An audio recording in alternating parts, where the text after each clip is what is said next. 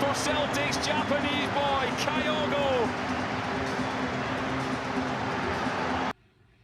こんにちは。J1 の神戸からスコットランドのセルティックに移籍した古橋亨梧選手が大活躍しています。現地のアナウンサーやサポーターにジャパニーズボーイなどと呼ばれて親しまれています。今回はこのボーイの意味について解説させていただきたいと思います。セルティックに関連してボーイというときは、その綴りは一般的な BOY ではありません。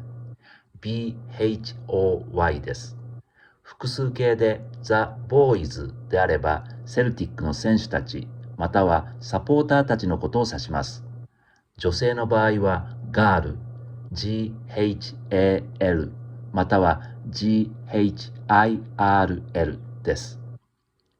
セルティックはアイルランドとのつながりが強いチームなのですが、アイルランドなまりでボーイという言葉を発音すると、B の後に柔らかい H が入っているように聞こえるのです。それを音の通りに綴って BHOY としたというわけです。また、H を入れるとアイルランドでもともと話されていたゲール語っぽく見えるという理由もあったようです。つまり、ボーイズという愛称はセルティックというクラブとアイルランドのリンクを象徴するものなのです。私は先ほどから H のことを H と発音していますが、これもアイルランドの訛りです。2021年の4月頃、アメリカのバイデン大統領がゴルフのマスターズで優勝した松山英樹選手をジャパニーズボーイと呼びました。SNS などでは少しバカにしたニュアンスがあるのではないかと問題になりましたが、古橋選手の場合はそうではありません。古橋選手がセルティックの一員になったことをサポーターの皆さんが認めてくれたということだと思います。BHOY という綴りの単語はちゃんとした辞書には入っていないことが多いようですが、俗語を解説する資料だと単に少年という意味を超えて快活な若い男、または荒っぽい若い男の意味になるようです。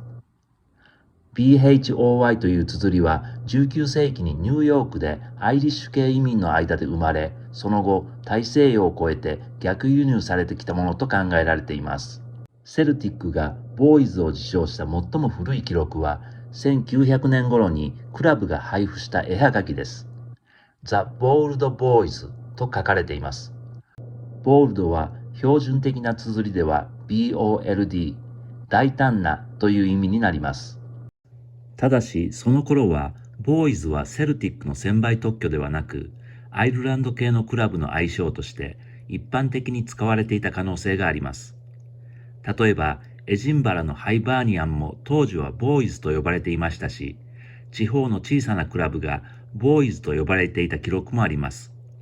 ちなみに、ハイバーニアはアイルランドの別名です。日本のことをヤマトとかみずほの国と言ったりするのと同じです。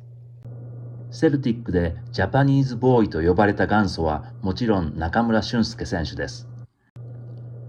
チャンピオンズリーグのマンチェスターユナイテッド戦でフリーキックを決めたシーン、アナウンサーが絶叫します。Nakamura, is this the moment for the Japanese boy up high? Oh my God! It is the moment for the Japanese boy! ここからは余談になりますが、スコットランドでジャパニーズボーイというと、1981年の英国チャートナンバーワンジャパニーズボーイを思い出します。この曲を歌ったアニーカさんはスコットランド出身で、ヒット曲はこれだけのいわゆる一発屋さんです。日本でも発売したいと日本のレコード会社に持ちかけたのですが、曲調が中国風すぎると断られたそうです。概要欄にリンクを貼っておきますので、興味のある方はそちらをご覧ください。ご視聴ありがとうございました。